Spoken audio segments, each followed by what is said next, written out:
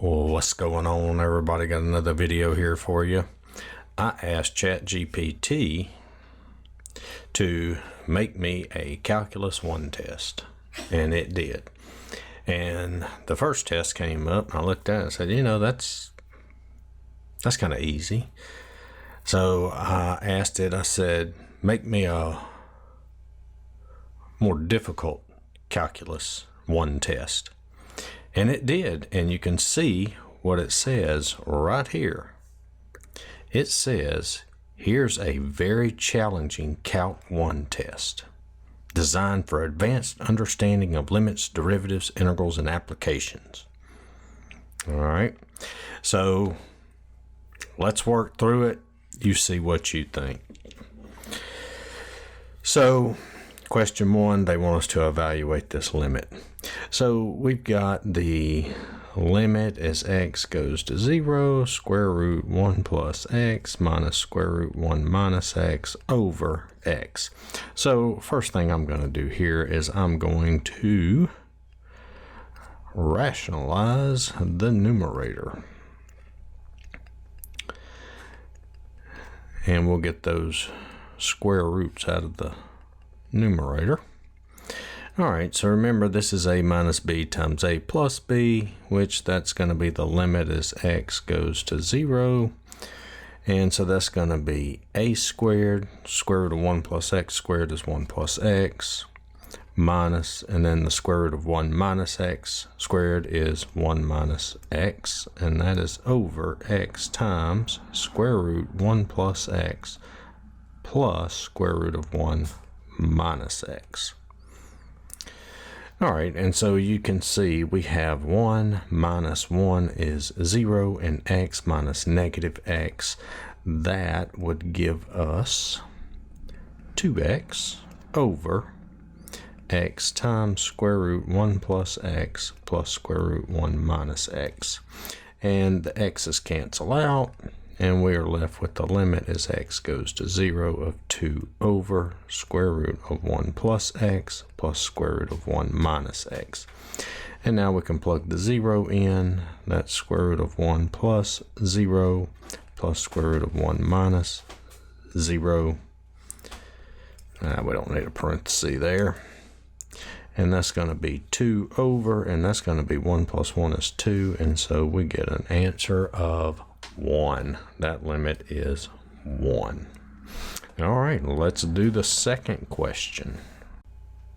All right, so the second question, we've got y equals the natural log of x over the square root of x, and they want us to take the derivative. All right, so we've got y prime is equal to, and this is going to be the quotient rule. So the quotient rule says the derivative of the numerator, which is 1 over x, times the denominator, minus the derivative of the denominator. So the derivative of the denominator, you can change it to x to the 1/2 and do the power rule. But there is a quick little formula. Whatever that square root is, you take 2 times the square root and put that in denominator. And then you look underneath the square root. What's the derivative of x? 1. So that goes in the numerator. That's just a quick little formula to find it. All right, so let's see, times the natural log of x. And then this is all over the denominator squared. All right, so what we need to do is let's just write all this again a little bit neater than what we've got. So this is going to be 1. Let's write several steps here. Let's do square root of x over x minus natural log x over 2 square root of x over x. And so what I think I'm going to do is combine the numerator up here. But notice this is equal to, that's going to be 1 over the square root of x. This right here, because that's x to the 1/2 over x, which is 1 over x to the 1 minus 1/2, which is 1 over x to the 1/2. So that's just 1 over square root of x minus natural log x over 2 square root of x over x, which I get a common denominator. That's going to be 2 minus natural log x over 2 square root of x over x. When I get my common denominator, because common denominator would be 2 square root of x, so that'll be a 2 up here and then 2 minus that. And we can look at that over 1, and so this is going to be 2 minus natural log x over 2 square root of x times the reciprocal of that, 1 over x, and so that's going to be 2 minus natural log x over 2, and then x to the 1/2 times x to the 1 is x to the 3/2, and that would be your answer right there.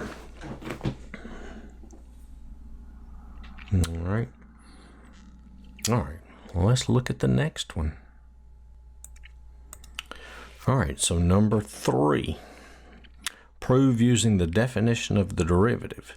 So we have f of x is equal to, what is it, x squared plus 2x, and they want us to find the derivative. So we've got f prime of x is equal to the limit as h goes to 0 of x plus h squared plus 2 times x plus h minus x squared plus 2x, and that is all over h. They want us to use the definition.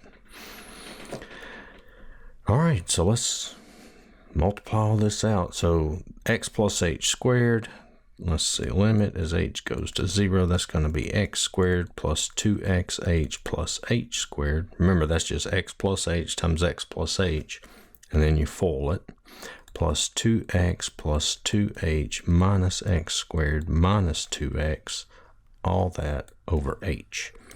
And let's see, the x squareds are going to cancel out, the 2x's are going to cancel out, and we are left with the limit as h goes to 0 of 2xh plus h squared plus 2h over h, which is the limit as h goes to 0 of h times 2x plus h plus 2 over h, and then you can see the h's cancel, and that leaves us with the limit as h goes to 0 of 2x plus h plus 2, and then we can plug the 0 in for h, and that gives us 2x plus 2, and so we showed that that was the derivative.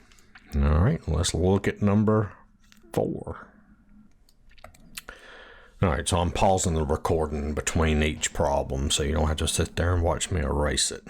All right, so number 4, it says x squared plus xy plus y squared equals 7. And they want us to find the derivative. It says solve for x using implicit differentiation. So what they mean is find dy dx. All right, so we've got 2x plus, now for this term right here, this term here, we got to use the product rule. So the derivative of x is 1 times y, derivative of first function times the second, plus the derivative of the second. So the derivative of y is 1, and then times y prime, and then times the first function, plus 2y, y prime equals 0. And so I've got xy prime plus 2y, y prime is equal to negative 2x minus y. I'm moving anything that does not have a y prime in it, I'm moving that to the other side of the equal sign, and then I can factor out a y prime. That leaves me with x plus 2y in the parentheses minus 2x minus y. Divide both sides, that's negative 2x minus y over x plus 2y. And there's your answer. All right, let's look at number 5. All right, so number 5, we have f of x is equal to x cubed minus 3x squared, and that's from 0 to 3. And they want us to find the absolute extrema. So let's go ahead and find the critical numbers. So I've got f prime of x is equal to 3x squared minus 6x. So 3x squared minus 6x equals 0. 3x times x minus 2 equals 0. So we get x equals 0 or x equal 2. Now, for the extrema, we have got to find f of 0, f of 2, and f of 3. So we got to take each one of these and plug them back into the original function. And so that's going to be 0 cubed minus 3 times 0 squared is 0. And then we plug the 2 in. We get 2 cubed minus 3 times 2 squared. That's going to be negative 4. And then we get 3 cubed minus 3 times 3 squared is equal to 0. And so we've got f of 0 equals 0, f of 3 equals 0, and f of 2 is equal to negative 4. So you can see there, these two, that's going to give me an absolute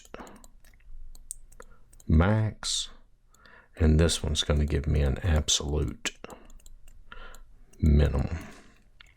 And there's your answer. All right, next problem.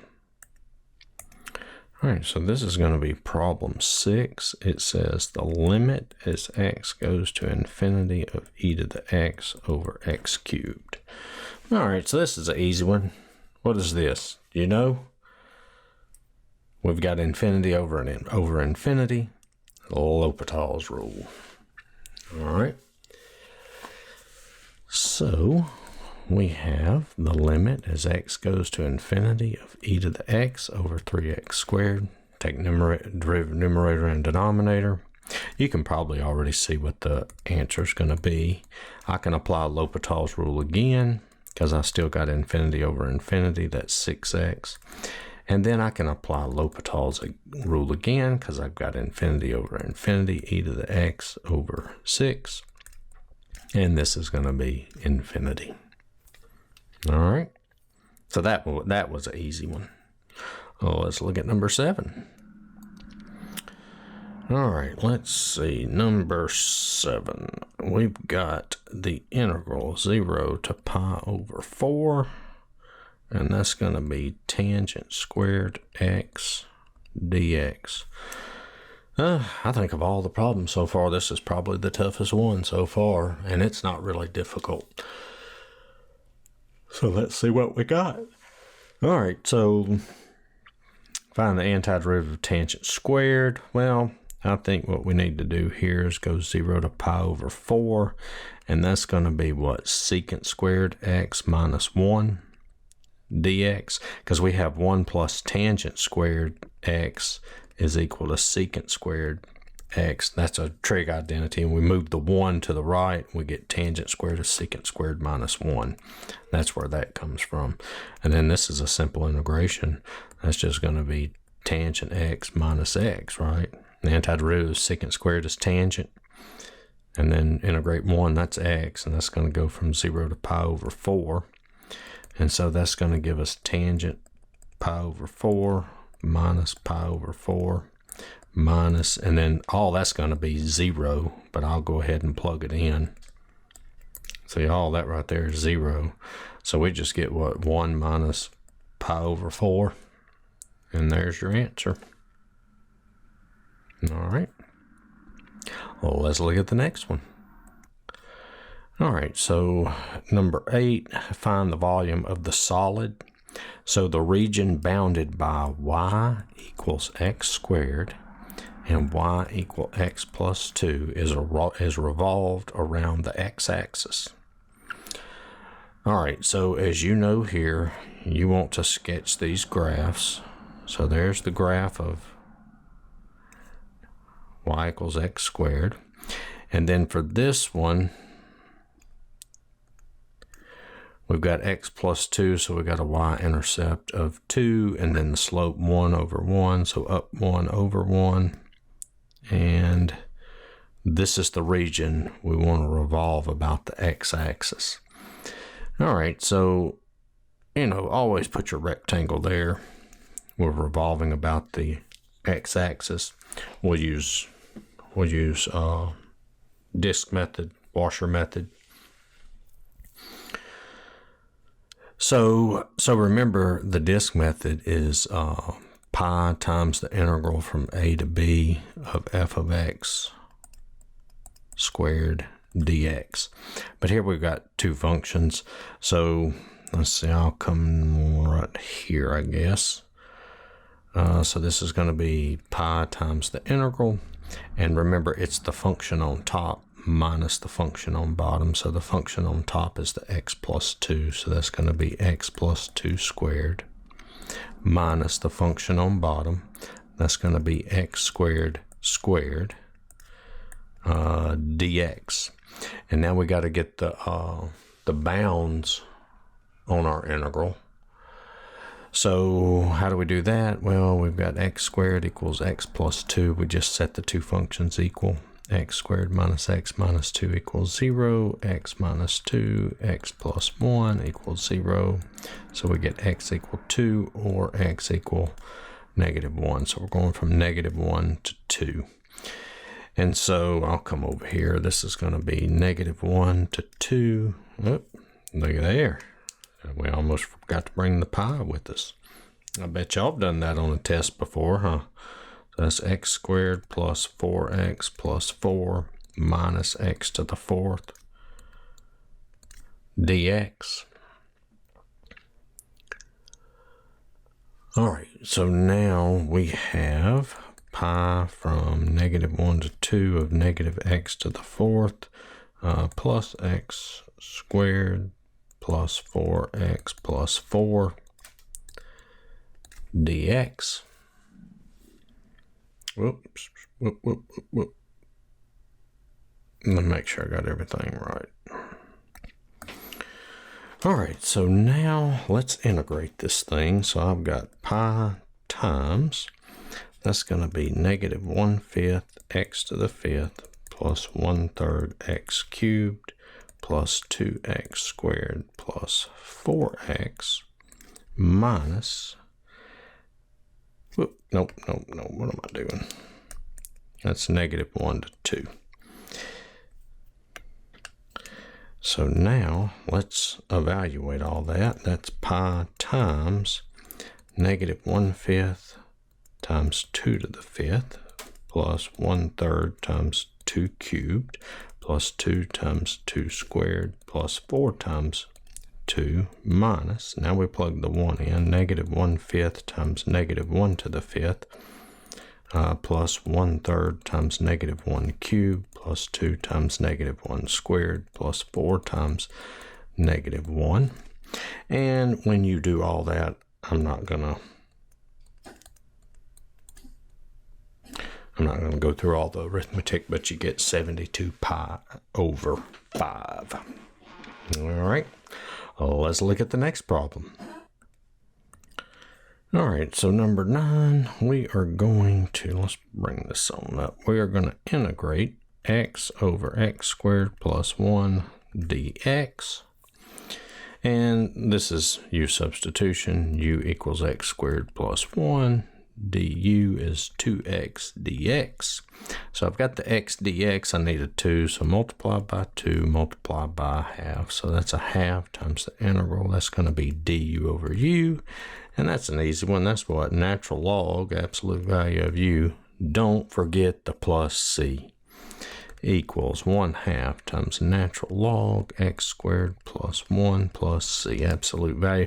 Now on this one, yeah, you know, when you integrate natural log, integrate and you get natural log, you can put the absolute value. On this one, we don't really need it. I put it, but you don't really have to because x squared plus 1 is always positive.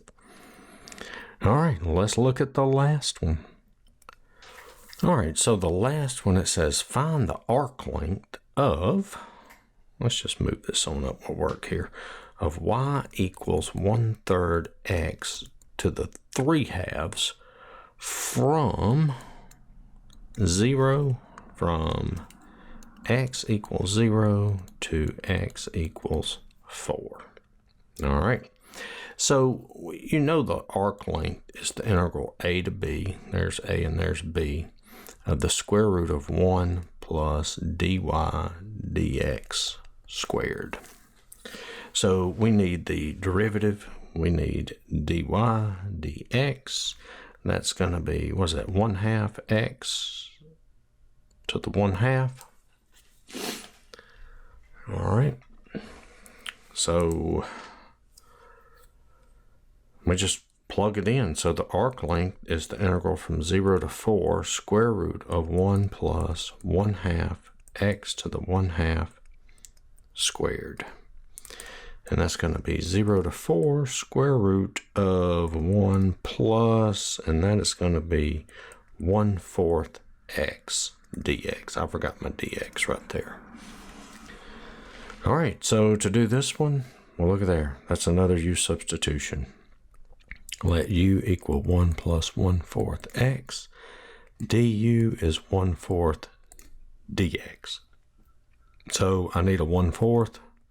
So I got to multiply by the reciprocal. So that's going to be 4 integral, and that is going to be u to the 1/2 du.